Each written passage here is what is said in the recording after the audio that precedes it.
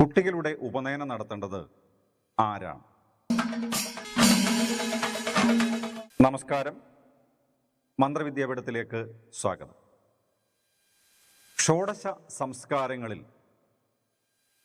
9ാമത്തെ സംസ്കാരമാണ് ഉപനയന സംസ്കാരം. എല്ലാ ഹിന്ദുക്കളും അനുഷ്ഠിക്കേണ്ടുന്ന ആചാരങ്ങളാണ് ഈ ഷോഡശ സംസ്കാരങ്ങൾ എന്ന് പറയുന്നത്. എന്നാൽ ഇന്ന് അവയിൽ പലതും നാം ആചരിക്കാറില്ല. ചിലവ ആചരിക്കാറുണ്ട് താൻ. അത്തരത്തിലൊന്നാണ് ഉപനയന സംസ്കാരം. വേദം പഠിക്കുവാൻ പോകുന്നവരും പൂജ പഠിക്കുവാൻ പോകുന്നവരും പലതരത്തിലുള്ള പുതിയ വിദ്യകൾ അഭ്യസിക്കുവാൻ പോകുന്നവരും ഉപാസകന്മാരുമൊക്കെ ഉപനയനം ചെയ്യാറുണ്ട്. ചിലര് വളരെ വിശാലമായ രീതിയിൽ പൂണൂൽ കല്യാണം എന്ന നിലയിലാണ് ചെയ്യുന്നത്. ഒരു വിവാഹം പോലെ വളരെ ഗംഭീരമായി ആർഭാടപൂർവമാണ് ഉപനയനം ചെയ്യുന്നത്. എന്നാൽ സാധാരണ പോലെ ചെയ്യുന്നവരും ഉണ്ട്. ഉപനയന സംസ്കാരം ചെയ്യേണ്ടത് ഒന്നുകിൽ അച്ഛൻ ചെയ്യാം.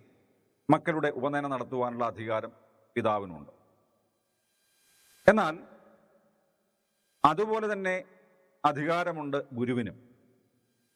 പഴയ കാലത്ത് ഗുരുകുലത്തിൽ ചേർന്നിട്ടാണ് വിദ്യകളൊക്കെ പഠിച്ചിരുന്നത്. അതിൻ്റെ ഭാഗമായി ഉപനയനം നടത്താറുണ്ടായിരുന്നു. മന്ത്രവിദ്യാപീഠത്തിൽ പൂജ പഠിക്കുവാൻ വരുന്നവർ അല്ലെങ്കിൽ മറ്റുള്ള സ്ഥലത്ത് പൂജ പഠിച്ചിട്ടുള്ളവർ ഉപനയനം നടത്തുവാനായി മന്ത്രവിദ്യാപീഠത്തിൽ വരാറുണ്ട്. എല്ലാ വർഷവും ഇവിടെ ഉപനയനം നടക്കാറുണ്ട്. ഇവിടെ ഗുരുകുല സമ്പ്രദായത്തിലാണ് പൂജകളൊക്കെ പഠിക്കുന്നത്. അതുകൊണ്ട് മന്ത്രവിദ്യാപീഠത്തിൻ്റെ ഗുരുകുല സമ്പ്രദായത്തിൽ ഉപനയനം നടത്തി സമാവർത്തനവും നടത്തി അതിന് സർട്ടിഫിക്കറ്റും നൽകാറുണ്ട്.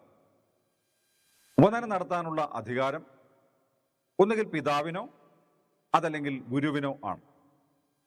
ഉപനയന സംസ്കാരത്തിലൂടെ ഈശ്വരനെ അറിയുകയും സൽചിന്തകൾ വളരുകയും സമൂഹത്തിനും വ്യക്തിപരമായും കുടുംബത്തിനും എല്ലാവർക്കും നന്മ നൽകുന്ന, ഐശ്വര്യം നൽകുന്ന ഒരു പുതിയ തലമുറ ഉണ്ടാവട്ടെ. അതിനായി നമുക്ക് പ്രാർത്ഥിക്കാം.